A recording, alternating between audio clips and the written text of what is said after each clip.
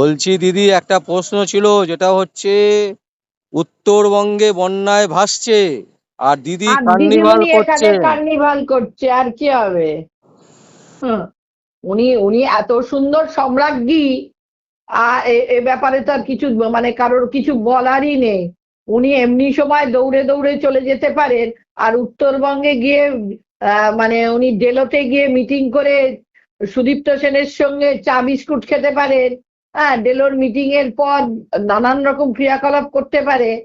আর এই অবস্থায় যেখানে মানুষজন ভেসে যাচ্ছে, তাদের অস্তিত্ব সংকট হয়ে পড়ছে, তখন আমাদের সম্রাজ্ঞী এখানে বসে বসে কার্নিভাল উপভোগ করছে, নৃত্য পরিবেশনা দেখছেন, আর কি করবেন? আর দুর্গা মাকে র্যাম্পে হাঁটাচ্ছেন। এই কার্নিভালটা তো আমাদের দুর্গোৎসবের সঙ্গে যায় না, তাই না? আমরা দুর্গোৎসবকে, দুর্গাকে কি মা বলে মানি? সেই মাকে আমরা কি করছি? র্যাম্পে হাঁটাচ্ছি। মা যাচ্ছে ওকে দেখতে, মাকে মাকে উনি দেখতে আসছেন না। এই তো হচ্ছে আমাদের হিন্দু ধর্মের উনি মানে প্রতিবিউ হয়ে প্রতিষ্ঠা করবার চেষ্টা করছেন। না উনি হিন্দু ধর্মের, না উনি মুসলিম ধর্মের, না উনি কোনো মানুষের, উনি শুধু ওনার জন্যে। বলছি দিদি, ডিএ দিতে পারছে না, ডিএর জন্য সুপ্রিম কোর্টে পিটিশন ফাইল জমা করছে, বলা হচ্ছে যে সময় চাইছে, নানান রকমের অজুহাত দিচ্ছে। অথচ এইসব এই পুজোতে 1,10,000 টাকা করে দেওয়া হলো, তারপরে কোটি কোটি টাকা খরচা করে কার্নিভাল, এইসব টাকা কোথা থেকে পাচ্ছেন? উনি তো জানছেন যে যারা সরকারি কর্মচারী এখন রয়েছে, কারণ ওনার আমলে তো সরকারি কর্মচারী বেশি নিযুক্ত হয়নি, যেগুলো যদিও বা নিযুক্ত হয়েছিল তারা চাকরি খুইয়ে বসে রয়েছে। ফলে এই যে সরকারি কর্মচারীগুলো, হয়তোবা কেউ কংগ্রেসি, কেউ তো বা সিপিএম, কেউ বা বিজেপি, ওনাকে হয়তো ভোটটা দেবেন না, কিন্তু এই যে পুজো কমিটিগুলোকে টাকা দিয়ে বা কার্নিভেল করে যুব সমাজটাকে একদম তলানিতে ঠেকাতে পারলে তো ওনার সুযোগ। কারণ কেউ তো ওনার উপর আঙুল তুলতে পারবে না। ওনার আবগারি দপ্তরের আরো ইনকাম বাড়বে, আপনাকে 1,000 টাকা দেবে বাড়িতে মাকে, আর আপনার আপনার মানে যে মাকে 1,000 টাকা দেবে, সেই বাড়ির বেকার ছেলেটা বেকারত্বের জ্বালা ভুলতে আবগারি দপ্তরে গিয়ে ওই 1,000 টাকা দিয়ে আবার একটা জিনিস কিনে আনবে, ওই 750 কি 250 কি 500 কি সব আছে, আমি অত জানি না। তো সেগুলো কিনে এনে খাবে, কে জ্বালা মেটাবে? লাখে লাভ কার হচ্ছে? ওনারই হচ্ছে। পাড়ায় পাড়ায় গুন্ডা মস্তান এইসব হবে। বলছি আজকে এছাড়া আজকে এই কার্নিভালের জন্য সারা কলকাতা জ্যাম হয়ে গেছে, মানে বিভিন্ন জায়গায় গাড়ি ঘুরিয়ে দেওয়া হচ্ছে। মানুষের যে একটা বিরাট অসুবিধে। এটা তো আজকে না, গতকালও হয়েছে। কারণ ওখানে যখন সিপি বা এবং মুখ্য সচিব দুজনে যখন ওখানে দেখতে গিয়েছিলেন, তখন ওই জায়গা দিয়ে কোনো গাড়ি কিছুক্ষণের জন্য বন্ধ করে দেওয়া হয়েছিল, রেড রোডটাকে। আমরা জানি রেড রোডে বছরে 3 দিন কি 4 দিন ওখানে হওয়ার কথা। এক হচ্ছে নতুন শুরু হয়েছে 15ই আগস্ট ওনার আমল থেকে, 26শে জানুয়ারি, 23শে জানুয়ারি এইগুলো হতো, এবং ঈদের উৎসব পালন হয় ওখানে। ঈদের যে নামাজ সেটা পড়ানো হতো।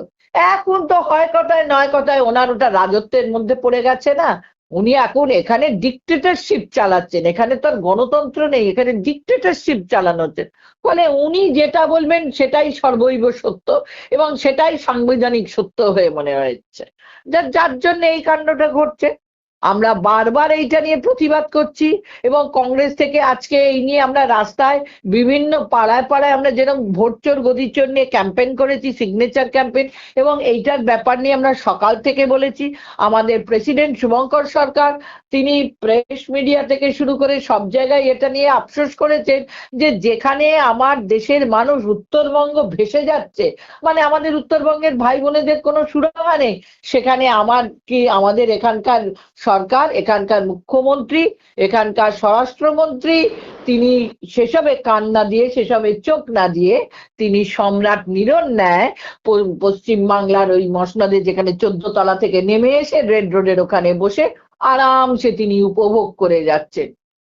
আগেকার দিনের জমিদার বাবুরাও এতটা বোধহয় অমানবিক ছিল না, সুলতান আমলেও এতটা অমানবিক ছিল না। আমরা মোহাম্মদ বিন তুগলককে বলি যে তার কোনো মস্তিষ্কের ঠিক ছিল না, তুগলকি বিভিন্ন কাজকর্ম করতেন, কিন্তু তিনিও বোধহয় এতটা মানে অসহনীয় ছিলেন না, এই যা অসহনীয় ইনি হয়ে উঠছেন।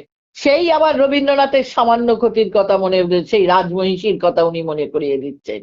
যখন মানে তার জ্বালা নিবারণের জন্য, শীত নিবারণের জন্য যখন কুটিরগুলোকে পুড়িয়ে দেওয়া হচ্ছিল, এবং তিনি তখন হা হা করে হেসে উঠেছিলেন, এবং যে একজন মাত্র বলেছিলেন যে দাসী, যে কেন তুমি রাজমহিষী এগুলোকে পোড়াচ্ছ, কোনো দিনও যখন কোনো পরবাসী বাঁধিয়াছে নাহি জানিমা, তখন তাকে দূর করে দেয়া হয়েছিল।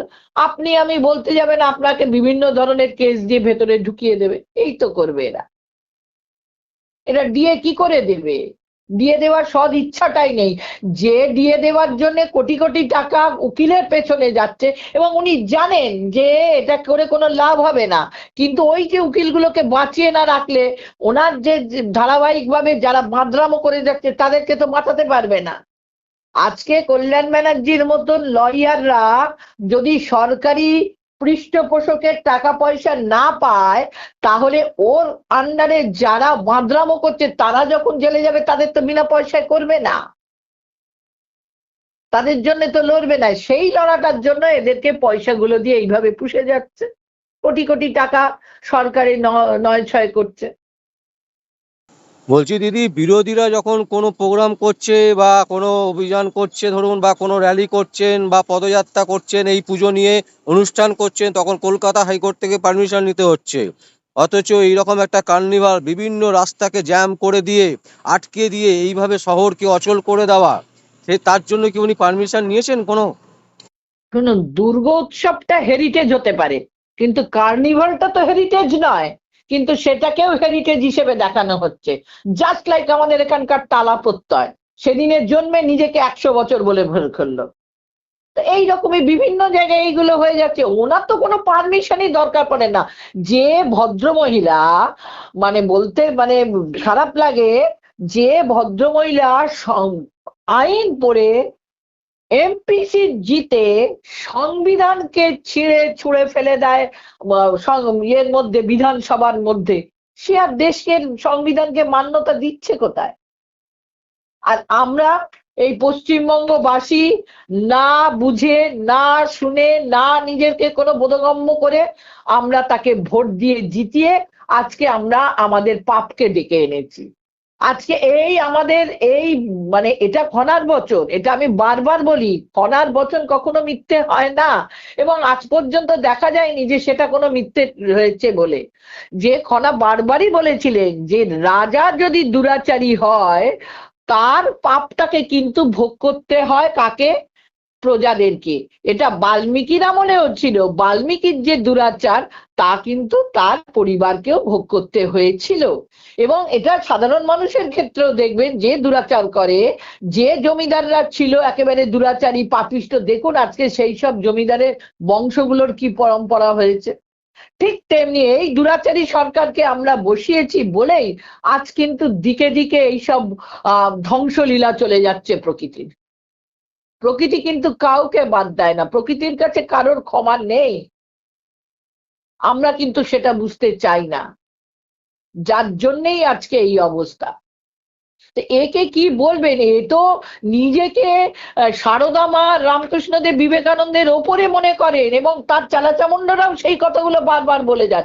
মাদার টেরিজার সঙ্গে নিজেকে ওনাকে তুলনা করা হয়েছে অনেক জায়গায়, তার চালাচামুন্ডরা করেছে এগুলো। মানে আমি মানে কি বলবো, এরা এত বড় ধৃষ্টতার সঙ্গে এইসব কাজগুলো করে, তো মানে আমাদের তো মানে সাধারণ মানুষের তো ভেবে দেখা উচিত যে এগুলো ঠিক না। তো উনি আর পারমিশন নেবে কেন? উনি তো স্বয়ম্ভু, একমাত্র শিব স্বয়ম্ভু ছিলেন, আর বিবেকানন্দের মতন মানুষ বলতে পেরেছিলেন সো অহম অহম সো, যেটা রামকৃষ্ণদেব অনেক জায়গায় বলেছিল আমি মায়ের চেলা, আমি মায়ের সন্তান, কিন্তু অহংসটা তিনিও বলেননি। আমি কথামৃতর কোথাও পড়ে দেখিনি, হয়তো অন্য কোথাও যদি বলে থাকে আমি জানি না, মার্জনা করবেন, কিন্তু বিবেকানন্দ বলেছিলেন সো অহম অহম সো। তো উনি নিজেকে বিবেকানন্দের সঙ্গে তুলনা করেন, তো সেখানে উনি কেন পারমিশন নিতে যাবেন? কার কাছ থেকে পারমিশন নেবে? একদমই আমরা সাধারণ পাবলিক একটা মানে সাধারণভাবে প্যান্ডেল করতে গেলে, একটা মাইক ফুঁকতে গেলে তার জন্য আমাদের পারমিশন নিতে হয়, এবং যদি সঠিক না হয় আমাদেরকে জেলে যেতে হয়। আমরা পারি না, আমার বাড়ির লোকজনেরা যদি থানায় পুলিশ কোনোভাবে ভুল করেও তাকে তুলে নিয়ে যায়, আমরা কিন্তু তাকে থানায় গিয়ে তুড়ি মেরে তাকে ডেকে বের করে আনতে পারি না।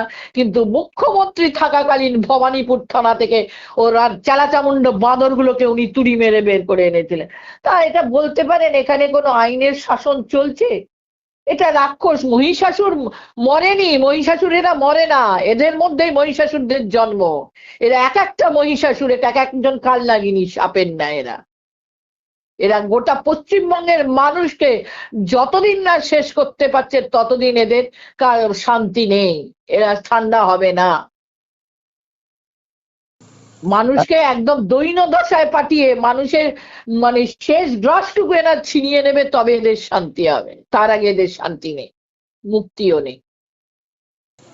একদম একদম দিদি, অসংখ্য ধন্যবাদ। আমরা পরে আবার যোগাযোগ করব। ভালো থাকবেন, সুস্থ থাকবেন। ভালো থাকবেন, শুভ বিজয়া। অসংখ্য ধন্যবাদ দিদি।